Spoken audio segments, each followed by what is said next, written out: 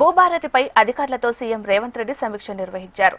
రేపు భూభారతి పోర్టల్ను ప్రారంభించనున్న నేపథ్యంలో ఈ సమీక్ష ప్రాధాన్యతను సంతరించుకుంది.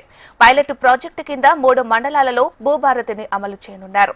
ప్రజల నుంచి సలహాలు, సూచనలను ప్రభుత్వం తీసుకోనుంది. మరి ఇదే అంశానికి సంబంధించి మరింత సమాచారాన్ని మా ప్రతినిధి అశోక్ అందిస్తారు. అశోక్.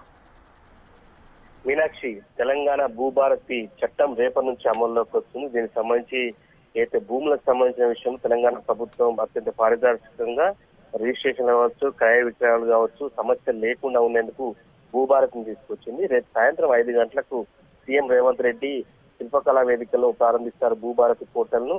అయితే దీనికి సంబంధించి నిన్ననే దాదాపు 2 గంటల పాటు సమీక్ష సమావేశం నిర్వహించినటువంటి సీఎం రేవంత్ రెడ్డి ఇప్పుడు కూడా తన నివాసంలో ఏదైతే ముఖ్య అధికారులతో సమావేశం నిర్వహిస్తున్నారు. ఈ సమావేశానికి వేం నరేందర్ రెడ్డితో పాటు భూ పరిపాలన ప్రధాన కమిషనర్ నవీన్ మిట్టల్, అలాగే CM OSD Vemula Srinivas, revenue శాఖ కార్యదర్శి జ్యోతి బుద్ధప్రకాష్ తో పాటు సిసిఎల్ఏ కార్యదర్శి మకరందు పాల్గొన్నారు. ప్రధానంగా భూభారతి పోర్టల్ కు సంబంధించి రాష్ట్ర వ్యాప్తంగా 3 మండలాలను పైలట్ ప్రాజెక్ట్స్ కింద తీసుకుంటారు. ఆ మండలాలకు సంబంధించి భూభారతిని ఇంప్లిమెంటేషన్ చేసి అక్కడ నుంచి ప్రజలకు సంబంధించినటువంటి బాధితులకు సంబంధించి అభిప్రాయం తీసుకొని దాన్ని మొత్తం కూడా రాష్ట్ర వ్యాప్తంగా ఎటువంటి సమస్య లేకుండా ఉండేందుకు రేపు ప్రారంభిస్తున్న నేపథ్యంలో సీఎం రేవంత్ రెడ్డి అత్యంత కీలకమైనటువంటి సమావేశాన్ని ప్రస్తుతం ఆయన నివాసంలో ఏర్పాటు చేశారు. దీనికి సంబంధించి కూడా పూర్తి స్థాయిలో ఏదైతే 10 రకాలకు సంబంధించిన లోగోలకు సంబంధించి కూడా నిన్న సీఎం కు అందింది. దానికి సంబంధించినటువంటి చర్చ కూడా ప్రస్తుతం జరుగుతుంది.